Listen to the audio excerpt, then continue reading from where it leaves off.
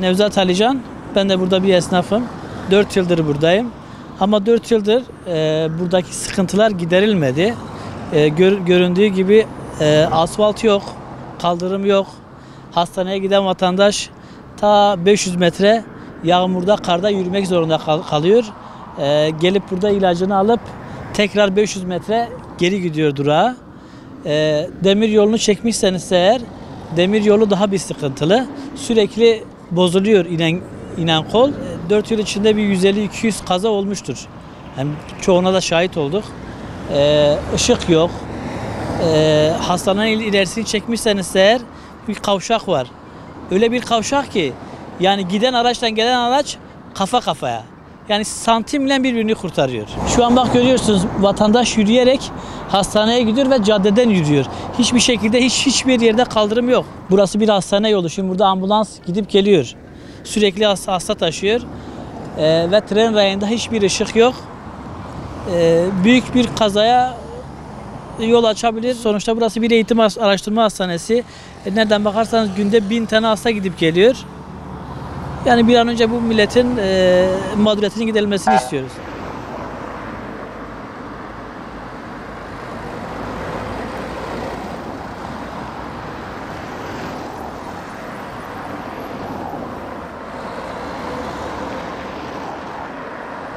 Ubeydullah Karaer benim ismim, soy ismim. Onkolojiye 21 günde bir geliyorum ama acile her hafta geliyorum. Buraya geliyoruz. Acilden giriş yaptığımız zaman ne bir yaya geçidimiz var, ne bir ışığımız var, ne bir sinyalimiz var. Demir yolundan da geçtiğimiz zaman sanki arabamız betona çarpıyor. Hiçbir güvencemiz yok. Bu ana yola bağlanan acil yolunda bir ışık yok. Arabalar kaç seferdir ben burada şahit oluyorum, kaza oluyor. Yayalara çarpıyorlar. Kaldırımımız yok. Zaten olan yerlere de arabalar park ediyor. Hiçbir kaldırımdan yararlanamıyoruz. Buradan gittiğimiz zaman kaç sefer araba gelip arkamızdan duruyor, sanki arabanın yolundan geçiyoruz gibi. Arabanın yolundan başka burada yol yok. Sanki arabalardan başka kimse buradan geliş gidiş yapamıyor. Burada herkes yaya geçiyor ama hiç yaya yolu yok.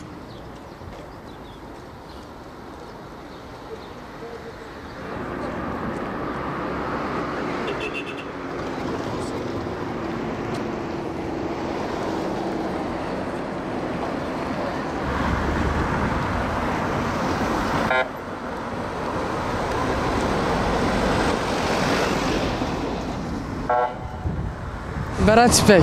Biz her gün okuldan 500 metre yol giderek durağa gidiyoruz ve durakta çok kalabalık oluyor ve burada acil var. Diyarbakır'ın en büyük hastanelerinden biridir ve yollar çok dar. İnsanlar bu yollardan geçemiyor ve tren rayı var burada. Ambulans geldiğinde bazen çok uzun bir tren geliyor ve ambulans orada durmak zorunda kalıyor ve içindeki olan hasta hastaneye yetişemiyor. Yollarımız çok kötü, kaldırımlar da yok mesela. Gördüğünüz arabalar hep yolların üstünden geçiyor ve biz kaldırımda yürüyemiyoruz. Önümüzde kış var, biz de zorlanıyoruz. Yollar kötü, bir şey yapamıyoruz. Duraklar çok uzak. Sadece bir yerde durak var, insanlar duraklarda duramıyor. Çok kalabalık oluyor ve böyle yapamıyoruz.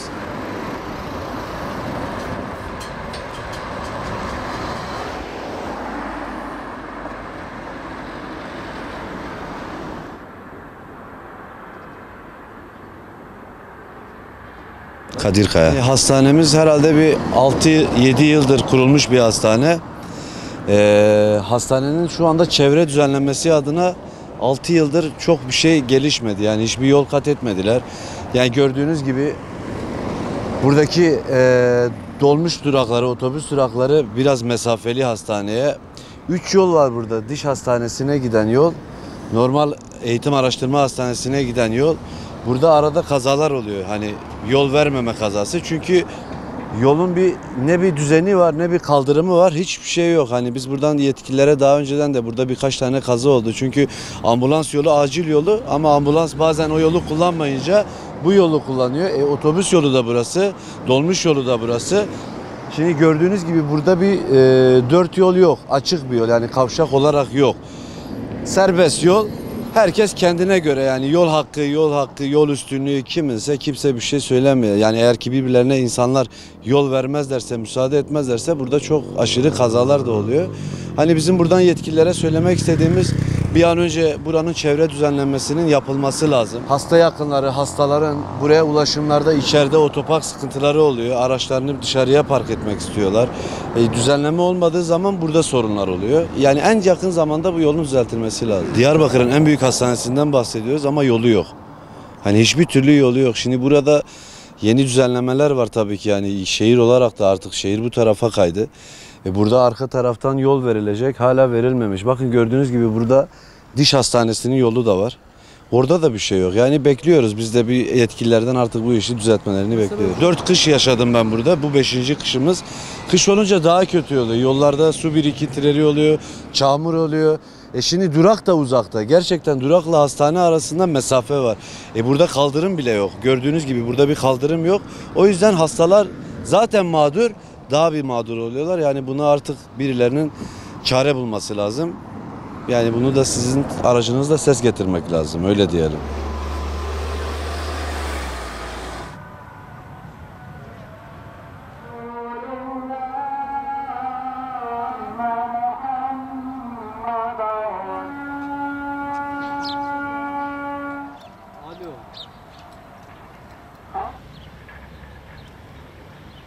Abdurrahman Avcı. Geçmiş zamanda bu hastane yapılırken muhtemelen önce bir çalışma yapılır. Hastanenin etrafı nasıl düzenlenir, ne yapılması gerekirle ilgili bunun etüdü yapılmış olması lazım. Ama ne hikmetse hastanemiz bitti. Yapılması gereken, başta yapılması gerekirken sonradan yapılmaya çalışıyor. Fakat şu anda hiçbir şey de yapılmamış. Şimdi siz de burada takip ederseniz trafikin işleyişiyle ilgili bir sıkıntı var. Yani şoförlerle ilgili de bir sıkıntı var. Yani biz insan olarak biz birbirimize müsamaha gösteremiyoruz. Yani yol verme açısından olsun, hak açısından olsun. Yani bir sıkıntı var.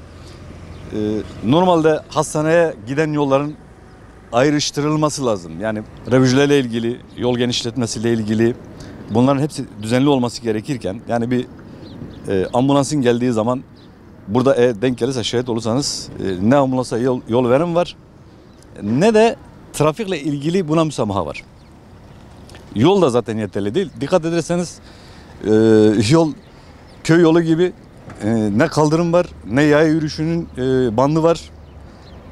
Yani diyebilirim buranın görüntüsü Diyarbakır'ın 20 yıl önceki haline benzer gibi bir görüntü var. Yani yetkililer bu konuda duyarlı olması lazım. Hele bir hastane yolu olduğundan dolayı biraz daha buna itina gösterilmesi gerekir. Kime hizmet yetkisi düşüyorsa, kim burada yetkiliyse belediye mi olur, buranın kaymakamlığı mı olur, büyükşehire ait midir, artık valiliğe mi aittir, karayollarına mı aittir? Muhtemelen ki bir yere bağlıdır bu. Birilerinin buna el atılması lazım. En azından şehrimize yakışır, bölgemize yakışır. Yani ki bölge hastanesiyiz, hemen hemen diyebilirim bütün bölgeye hitap eden bir konumuz var Diyarbakır sağlık sektörüyle ilgili.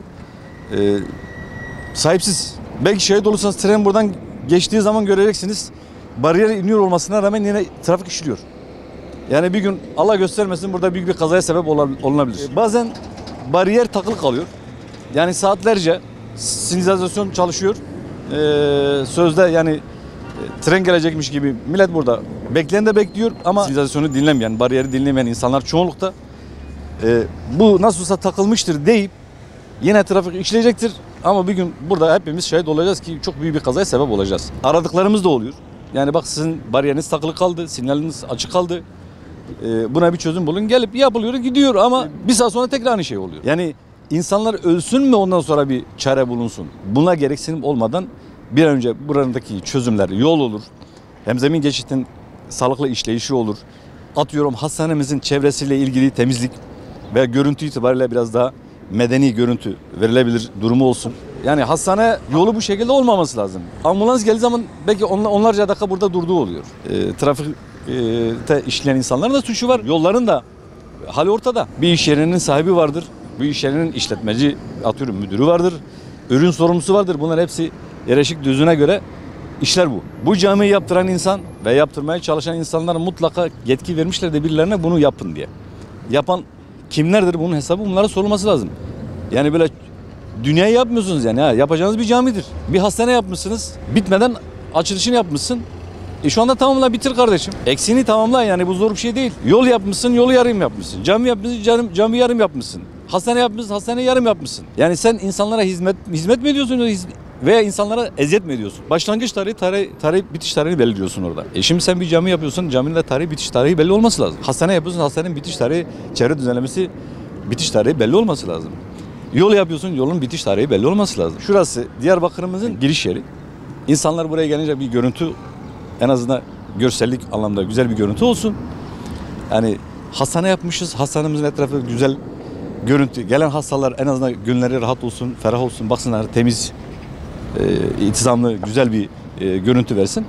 Bizim gönlümüzden geçen bu. Vatandaşımızın hizmeti, vatandaş, insanlar her şeye layık. İnsan içindir bu niyette. İnsana hizmet olduğu zaman ibadettir. Bilen insan için ibadettir. Demek istediğim bu. Teşekkür ediyorum bu ilginiz için. İstiyoruz ki yetkililer bu konuya bir duyarlılık göstersin. Buna bir el atsın. Hakikaten yazık günah. Yani memleketimize yakışan güzel bir yerde bir hastanemiz var. Güzel bir yerde bir şeyimiz var ama eksikleri çok. Hem görüntü itibariyle hem hizmet açısından insanlar güzel şeyler yaşasın burada. Yetkililerden de bu itina bekliyoruz. Yani ilgi göstermelerini bekliyoruz.